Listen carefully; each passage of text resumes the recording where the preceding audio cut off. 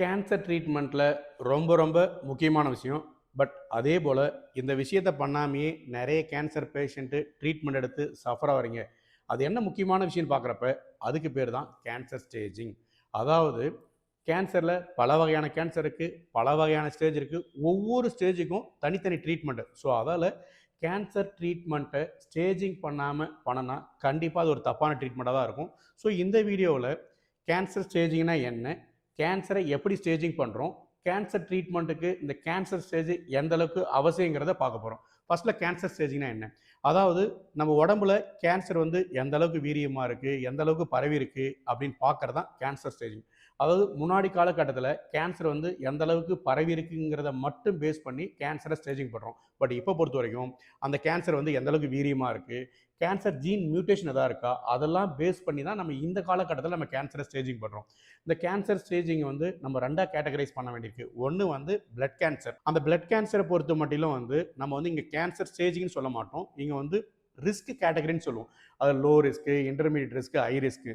So இந்த ரிஸ்க்கை எப்படி நம்ம பிளட் கேன்சரில் கேட்டகரைஸ் பண்ணுறோம் அப்படின்னா, அந்த கேன்சர் செல்லோட வீரியம் plus chromosome changes, cancer gene mutation இதை பேஸ் பண்ணி low risk, intermediate risk, high risk. So இப்போ வந்து ஒரு பிளட் கேன்சரில் ஒரு லுக்கீமியா அதை நம்ம கண்டுபிடிச்ச உடனே இந்த மாதிரி கேட்டகரைஸ் பண்ணால் லோ ரிஸ்க்காக இருந்தால் வெறும் கீமோதெரப்பி மட்டும் போதும். இன்கேஸ் ஹை ரிஸ்க்காக இருந்தால் கீமோதெரப்பி ப்ளஸ் டிரான்ஸ்பிளான்ட் கண்டிப்பாக அவசியம் தேவைப்படும். ஸோ இந்த கேட்டகரைஸ் பண்ணாமே நம்ம ட்ரீட்மெண்ட் பண்ணால் ப்ராப்பரான ட்ரீட்மெண்ட்டை கண்டிப்பாக கொடுக்க முடியாது. இது வந்து பிளட் கேன்சரை பொறுத்த வரைக்கும். நெக்ஸ்ட் வந்து இந்த சாலிட் கேன்சர். இந்த சாலிட் கேன்சர்னா அதாவது உறுப்பில் வர கேன்சர் என்னென்ன, இப்போ பிரஸ்ட்டு, லங்கு, ஸ்டொமக்கு, கோலானு, யுட்ரஸ் இது எல்லாமே சாலிட் ஆர்கன் சொல்லுவோம். இந்த கேன்சரில் வர்றதுக்கு தான் நம்ம வந்து ஸ்டேஜ்னு சொல்கிறோம். இங்கே பொறுத்த மட்டிலும் வந்து மொத்தம் 4 ஸ்டேஜ் இருக்குது. அதாவது ஸ்டேஜ் 1னா அந்த உறுப்பில் ஒரு கொஞ்சம் சைஸில் சின்ன சைஸாக இருக்கும். ஸ்டேஜ் 2னா அதே உறுப்பில் தான் இருக்கும், ஆனால் சைஸ் கொஞ்சம் பெருசாக இருக்கும். இல்லை limited number of lymph node, அது கொஞ்சம் நெருக்கட்டி மட்டும் இன்வால்மெண்ட் இருக்கும். இதே ஸ்டேஜ் 3னா அந்த உறுப்பில் கட்டி கொஞ்சம் பெருசாக இருக்கும், இல்லை பக்கத்து உறுப்பில் கொஞ்சம் ஒட்டிக்கிட்டு இருக்கும், இல்லை நிறைய லிம்ப் நோடு இருக்கும். இது வந்து ஸ்டேஜ் 3.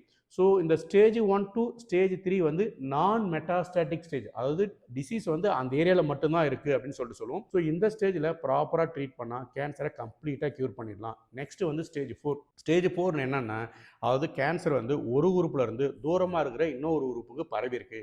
இது வந்து மெட்டாஸ்டாட்டிக் ஸ்டேஜ், அதாவது ஸ்டேஜ் 4 அப்படின்னு சொல்லுவோம். இந்த சுச்சுவேஷனில் சில கேன்சரை க்யூர் பண்ணலாம், சில கேன்சரை க்யூர் பண்ண முடியாது, கண்ட்ரோல் தான் பண்ண முடியும். ஸோ இப்போ வந்து நான் சொல்லியிருக்கேன் இல்லைங்களா, இந்த ஸ்டேஜ் வந்து நான் தோராயமாக சொல்லியிருக்கேன். பட் ஒவ்வொரு கேன்சருக்கும் இதில் கொஞ்சம் கொஞ்சம் மாற்றம் வந்து வரும்.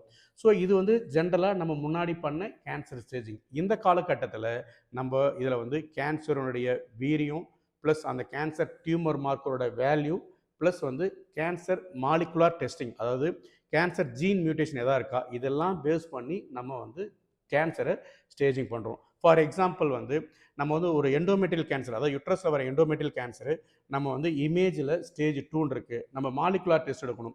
இப்போ போல் மியூட்டேஷன், P53 மியூட்டேஷன் சொல்லுவோம். அந்த ஸ்டேஜ் 2 கேன்சரு. பட் ஆனால் போல் மியூட்டேஷன் பாசிட்டிவாக இருந்துச்சுன்னா அந்த ஸ்டேஜ் 2ங்கிறத ஸ்டேஜ் 1ஆக மாற்றிடுவோம். ஏன் அப்படின்னா போல் மியூட்டேஷன் இருந்துச்சுனாவே அந்த கேன்சர் வந்து ரொம்ப வந்து ஃபேவரபிள் டைப்பாக இருக்கும். நம்ம வந்து ஆப்ரேஷனுக்கு அப்புறம் நம்ம எந்த ட்ரீட்மெண்ட்டே தேவைப்படாது. இன்னொரு சினாரியோ எடுத்துக்கலாம். இதே எண்டோமெட்ரியல் கேன்சரு ஸ்டேஜ் 1ல் இருக்குது, ஆனால் P53 மியூட்டேஷன் பாசிட்டிவாக இருந்துச்சுன்னா அதை வந்து ஸ்டேஜ் 2 நம்ம கன்சிடர் பண்ணிக்கணும். ஏன் அப்படின்னா அந்த P53 மியூட்டேஷன் பாசிட்டிவாக இருந்தால் கேன்சர் கொஞ்சம் வீரியமாக இருக்கும். ஸோ அப்போ அந்த கேன்சர் ஸ்டேஜில் சர்ஜரிக்கு அப்புறம் கண்டிப்பாக ரேடியோதெரப்பி கொடுக்க வேண்டியிருக்கும். ஸோ இந்த மாதிரி இந்த காலகட்டத்தில் முன்னாடி பண்ண அந்த எந்த அளவுக்கு வியாதி பரவி இருக்குங்கிறது ப்ளஸ் அடிஷ்னலாக கேன்சருடைய வீரியம் ப்ளஸ் இந்த மாலிகுலர் டெஸ்ட்டை பேஸ் பண்ணி தான் நம்ம வந்து கேன்சரை ஸ்டேஜிங் பண்ணுறோம். அடுத்ததாக கேன்சரை எப்படி ஸ்டேஜிங் பண்ணுறோம், அதாவது clinical examination, ultrasound, mammogram, CT scan, PET CT, tumour marker, molecular plus cancer gene mutation, இது எல்லாம் பேஸ் பண்ணி தான் நம்ம வந்து கேன்சரை ஸ்டேஜிங் பண்ணுறோம். பட் அதே போல் எல்லா டெஸ்ட்டும் எல்லா கேன்சருக்கும் தேவைப்படாது. ஃபார் எக்ஸாம்பிள் வந்து ஒரு பிரஸ்ட் கேன்சர் இருக்குது, ஒரு ஸ்மால் சைஸ் ஒரு 2 சென்டிமீட்டர் சைஸ் இருக்குது, கிளினிக்கெலாம் நீங்கள் ஒரு ஆன்காலஜிஸ்ட்டில் பார்த்துட்டீங்க. இந்த சுச்சுவேஷனில் நெக்ஸ்ட்டு நீங்கள் வந்து ஒரு மேமோகிராம் மட்டும் எடுத்தாவே போதும். நீங்கள் பெட்சிடியோ இல்லை சிடி ஸ்கேனோ எடுக்க வேண்டிய அவசியம் இல்லை. இன்னொரு சினாரியோ, ஒரு பிரஸ்ட் கேன்சரு நல்ல தோல் இன்வால்மெண்ட்டு இல்லை அது புண்ணு இருக்குது, கொஞ்சம் அட்வான்ஸாக இருக்குது, அந்த ஸ்டேஜில் நீங்கள் வந்து சிடி எடுக்க வேண்டியதில்லை, எடுத்த உடனே நம்ம பெட் எடுக்கணும். ஸோ இந்த மாதிரி வந்து ஒரு டாக்டரை பார்த்து அந்த கிளினிக்கல் சிச்சுவேஷன் தகுந்த மாதிரி ஒரு ப்ராப்பரான ஸ்டேஜிங் டெஸ்ட் எடுத்தால் நம்ம வந்து கேன்சரையும் ப்ராப்பராக ஸ்டேஜிங் பண்ணிடலாம். அதே போல் அன்னெசரி டெஸ்ட்டையும் நம்ம அவாய்ட் பண்ணிக்கலாம். நான் இப்போ சொல்லியிருக்கேன் இல்லையா, இந்த கேன்சர் ஸ்டேஜிங்க்கு பண்ணுற டெஸ்ட்டு, இந்த எல்லா டெஸ்ட்டுமே எல்லா கேன்சருக்கும் பண்ண வேண்டிய அவசியம் இல்லை. ஒவ்வொரு கேன்சருக்கும் ஒரு கிளினிக்கல் சிச்சுவேஷனில் சில டெஸ்ட் மட்டும் எடுத்தாவே நம்ம வந்து ப்ராப்பராக அந்த கேன்சரை ஸ்டேஜிங் பண்ணிடலாம். மூணாவதாக என்னென்னா, இந்த கேன்சர் ட்ரீட்மெண்ட்டில் இந்த கேன்சர் ஸ்டேஜிங் ரொம்ப ரொம்ப முக்கியம், அவசியம். எப்படின்னா, ஃபார் எக்ஸாம்பிள் வந்து ரொம்ப இயர்லி ஸ்டேஜ் 1 கேன்சர் சர்ஜரிக்கு அப்புறம் நம்ம அடிஷ்னலாக கீமோதெரப்பி, ரேடியோதெரப்பி கொடுக்குறப்ப அதனுடைய காஸ்ட் ஆட் ஆகுது, அதனுடைய சைடு எஃபெக்ட் ஆட் ஆகுது. இதுக்கு பேர் தான் வந்து ஓவர் ட்ரீட்மெண்ட்.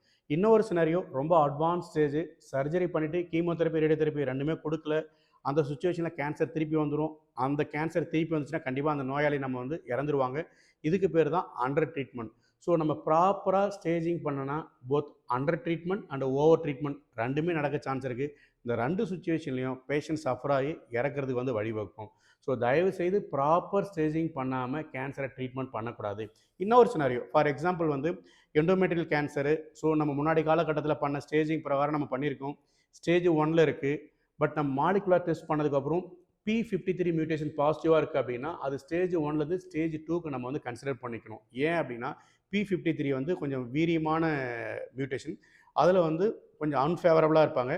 ஸோ அந்த ஸ்டேஜில் நம்ம இமேஜ் ஆஸ்பெக்டில், பெத்தாலஜிக்கல் ஆஸ்பெக்டில் ஸ்டேஜ் 1னாலும் P53 பாசிட்டிவாக இருந்துச்சுன்னா கண்டிப்பாக அவங்களுக்கு பொறுத்த வரைக்கும் அடிஷ்னலாக ரேடியோதெரப்பி கொடுக்கணும். நம்ம ஸ்டேஜ் 1 நினச்சி நம்ம ரேடியோதெரப்பி கொடுக்காமட்டா கண்டிப்பாக கேன்சர் திருப்பி வரும். அப்போ வந்து அந்த பேஷண்ட் வந்து ரொம்ப சஃபர் ஆவாங்க.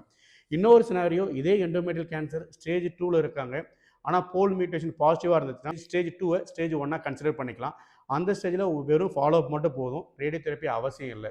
ஸோ அப்போ வந்து நம்ம ரேடியோதெரப்பி அவாய்ட் பண்ணிக்கலாம். ஸோ இந்த மாதிரி வந்து ப்ராப்பராக கேன்சரை ஸ்டேஜிங் பண்ணி நம்ம ட்ரீட்மெண்ட் பண்ணால் கம்ப்ளீட்டாக வந்து கேன்சரை க்யூர் பண்ணிடலாம். அதே போல் நம்ம ப்ராப்பராக ஸ்டேஜிங் பண்ணாமல் நம்ம ட்ரீட்மெண்ட் பண்ணுறது எப்படின்னா, ஒரு கேன்சர் பேஷண்ட்டை கண்ணு கட்டி காட்டில் விடுற மாதிரி, எந்த சுச்சுவேஷனில் எப்போ வேணாலும் அவங்க சஃபர் ஆகிற மாதிரி இருக்கும். தயவுசெய்து அதை நீங்கள் யாரும் பண்ணாதீங்க.